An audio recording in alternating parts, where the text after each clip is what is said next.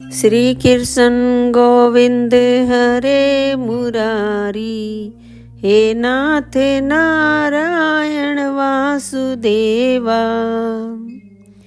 श्रीमद् भागवत को नमस्कार, व्यासदेव जी को नमस्कार, मैत्रेय जी को नमस्कार करके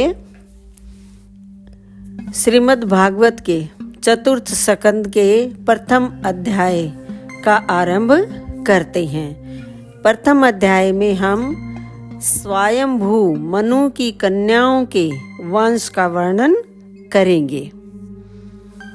श्री मैत्रेय जी कहते हैं, विदुर जी, स्वयंभू मनु के महारानी शत्रुपा से प्रियव्रत और उत्तानपाद इन दो पुत्रों के सिवा 3 कन्याएं भी हुई थी। वे आकुति, देवहूति और परसूति नाम से विख्यात थीं।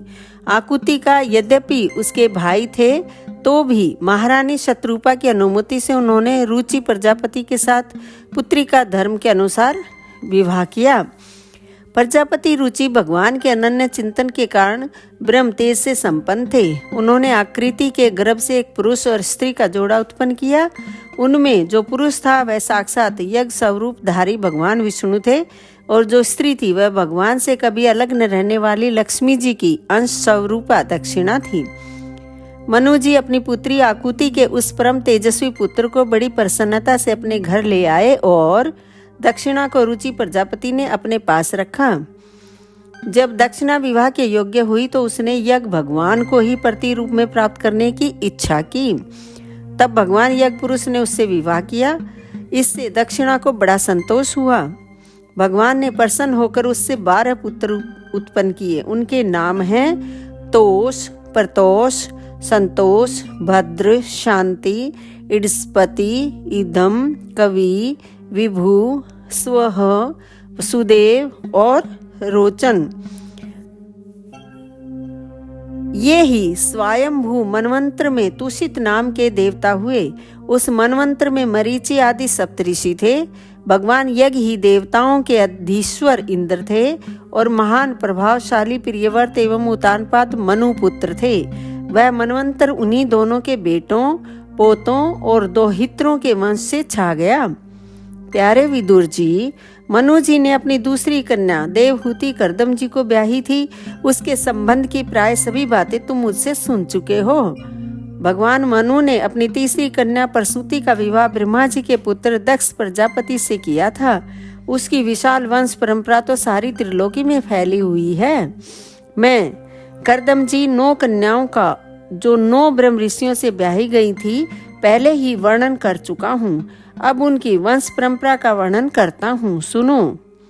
मरीचि ऋषि की पत्नी करदम जी की बेटी कला से कश्यप और पूर्णिमा नामक 2 पुत्र हुए, जिनके वंश से यह सारा जगत भरा हुआ है। शत्रुतापन विदुर जी, पूर्णिमा के विरज और विश्वग नाम के 2 पुत्र तथा देवकुल्ला नाम की एक कन्या हुई। यही दूसरे जन्म में श्री हरि के चरणों के धोवन से देव नदी गंगा के रूप में प्रकट हुई। अत्रि की पत्नी अनसुईया से दत्तात्रेय, दुर्वासा और चंद्रमा नाम के 3 परम यशस्वी पुत्र हुए। ये क्रमशः भगवान विष्णु, शंकर और ब्रह्मा के अंश से उत्पन्न हुए थे। विदुर जी ने पूछा, गुरु जी, कृपया यह बतलाइए कि जगत की उत्पत्ति, स्थिति और अंत करने वाले इन सर्वश्रेष्ठ देवों ने अत्रि मुनि के यहाँ क्या करने की इच्छा से अवतार लिया था? श्री मैत्रेय जी ने कहा, जब ब्रह्मा जी ने ब्रह्म ज्ञानियों में श्रेष्ठ महर्षि अत्रि को सृष्टि रचने के लिए आज्ञा दी, तब वे अपनी सहधर्मिणी के सहित तप करने के लिए ऋक्ष नामक कुल पर्वत पर गए। वहां पलाश और अशोक के वृक्षों का एक विशाल वन था। उसके सभी वृक्ष फूलों के गुच्छों से लदे थे तथा उसमें सब और निर्विंध्या नदी के जल की कल कल ध्वनि गूंजती रहती थी। उस वन में वे मुनि श्रेष्ठ प्राणायाम के द्वारा चित्त को वश में करके 100 वर्ष तक केवल वायु पीकर सर्दी गर्मी आदि द्वंद्वों की कुछ भी परवाह न कर एक ही पैर से खड़े रहे। उस समय वे मन ही मन यही प्रार्थना करते थे कि जो कोई संपूर्ण जगत के ईश्वर हैं, मैं उनकी शरण में हूँ, वे मुझे अपने ही समान संतान प्रदान करें।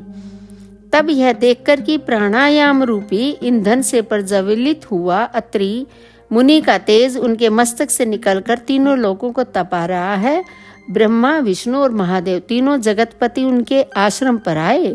उस समय अप्सरा, मुनि, गंधर्व, सिद्ध, विद्याधर और नाग उनका सुयश गा रहे थे। उन तीनों का एक ही साथ प्रादुर्भाव होने से अत्रि मुनि का अंतःकरण प्रकाशित हो उठा। उन्होंने एक पैर से खड़े खड़े ही उन देवों को देखा और फिर पृथ्वी पर दंड के समान लौटकर प्रणाम करने के अनंतर अर्घ्य, पुष्प आदि पूजन की सामग्री हाथ में ले उनकी पूजा की।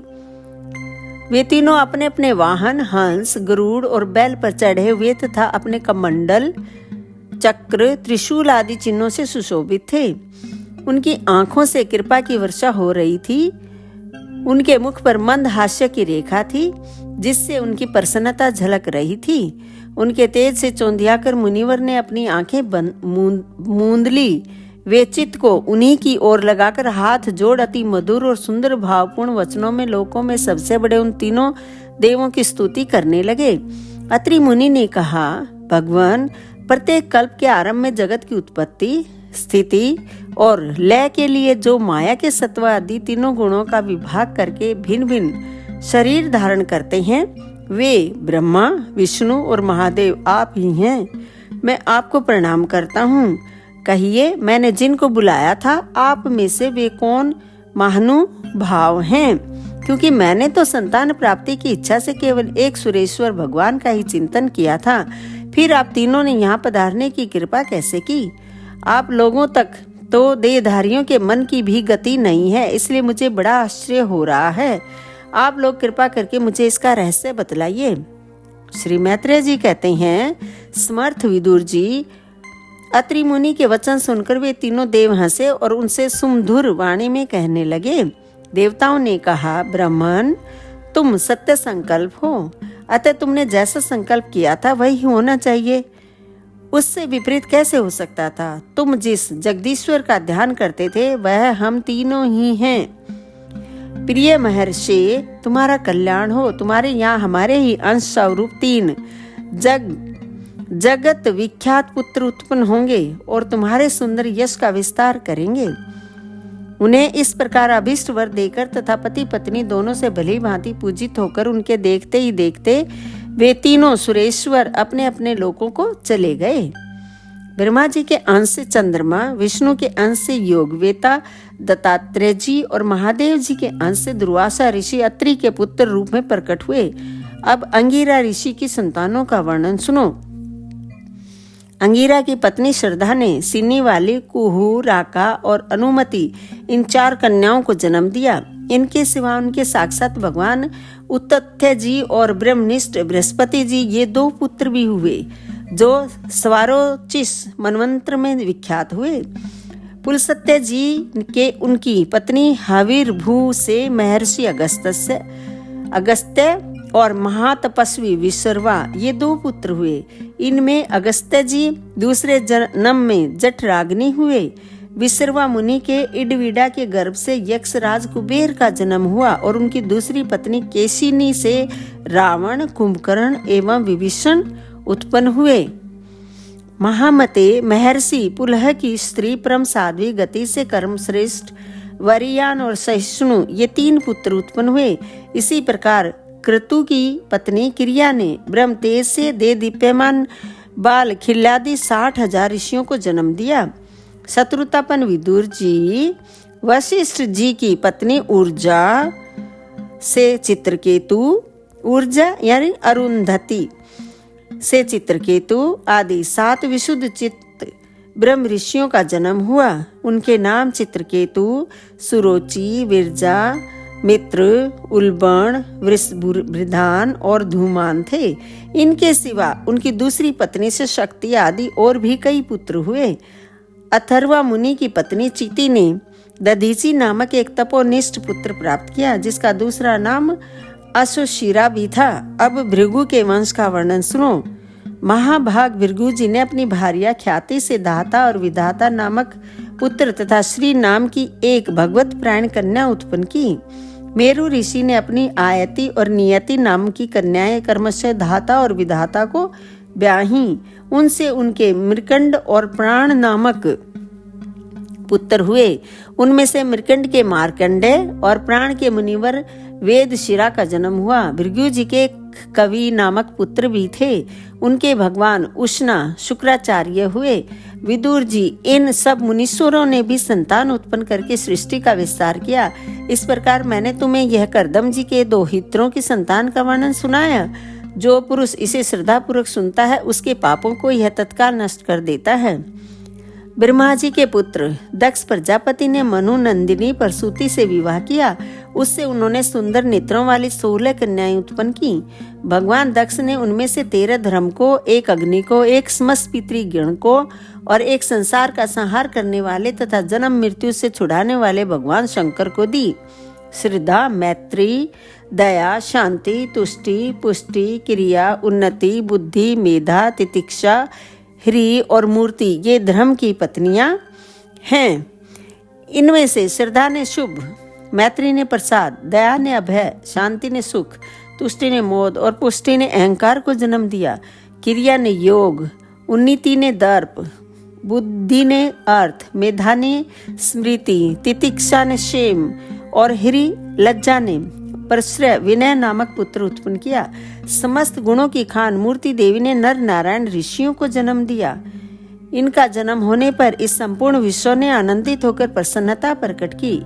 उस समय लोगों के मन, दिशाएं, वायु, नदी और पर्वत सभी में प्रसन्नता छा गई। आकाश में मांगलिक बाजे बजने लगे। देवता लोग फूलों की वर्षा करने लगे। मुनि प्रसन्न होकर स्तुति करने लगे। गंधर्व और किन्नर गाने लगे। अप्सराएं नाचने लगी। इस प्रकार उस समय बड़ा ही आनंद मंगल हुआ तथा ब्रह्मादि समस्त देवता स्त्रोतों द्वारा भगवान की स्तुति करने लगे। देवताओं ने कहा, जिस प्रकार आकाश में तरह तरह के रूपों की कल्पना कर ली जाती है, उसी प्रकार जिन्होंने अपनी माया के द्वारा अपने ही स्वरूप के अंदर इस संसार की रचना की है और अपने उस स्वरूप को प्रकाशित करने के लिए इस समय इस ऋषि विग्रह के साथ धर्म के घर में अपने आप को प्रकट किया है, उन परम पुरुष को हमारा नमस्कार है। जिनके तत्व का शास्त्र के आधार पर हम लोग केवल अनुमान ही करते हैं, प्रत्यक्ष नहीं कर पाते, उन्हीं भगवान ने देवताओं को संसार की मर्यादा में किसी प्रकार की गड़बड़ी न हो इसलिए सत्व गुण से उत्पन्न किया है।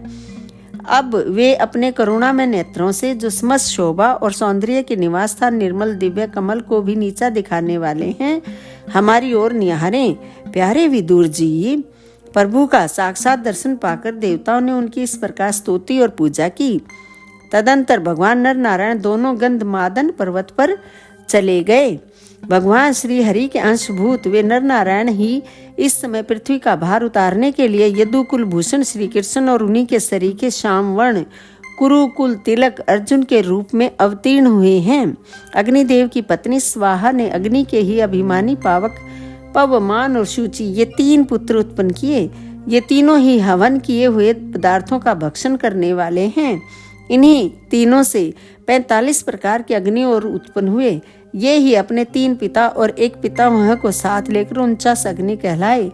वेदज्ञ ब्राह्मण वैदिक यज्ञ कर्म में जिन 49 अग्नियों के नामों से आग्नेय इष्टियां करते हैं, वे ये ही हैं: अग्निश्वात, बर्हिषद, सौमप और आजप्य ये पित्र हैं। इनमें साग्निक भी हैं और निरग्निक भी। इन सब पितरों की पत्नी दक्ष कुमारी सवधा हैं। इन पितरों से सवधा के धारिणी और वायुना नामक की 2 कन्याएं हुई। वे दोनों ही ज्ञान विज्ञान में पारंगत और ब्रह्म ज्ञान का उपदेश करने वाली हुई। महादेव जी की पत्नी सती थी। वे सब प्रकार से अपने पतिदेव की सेवा में संलग्न रहने वाली थी, किंतु उनके अपने गुण और शील के अनुरूप कोई पुत्र नहीं हुआ, क्योंकि सती के पिता दक्ष ने बिना ही किसी अपराध के भगवान शिव जी के प्रतिकूल आचरण किया था। इसलिए सती ने युवावस्था में ही क्रोधवश योग के द्वारा स्वयं ही अपने शरीर का त्याग कर दिया था। दोस्तों, यहाँ पर यह अध्याय समाप्त होता है। आप मेरे वीडियो रोजाना देख रही हैं, लाइक कर रही हैं, शेयर कर रहे हैं। मेरा आपसे अनुरोध है कि मेरे चैनल पर सब्सक्रिप्शन बहुत ही थोड़े हैं। आप सबसे विनती है कि आप मेरे चैनल को सब्सक्राइब भी करें। धन्यवाद दोस्तों।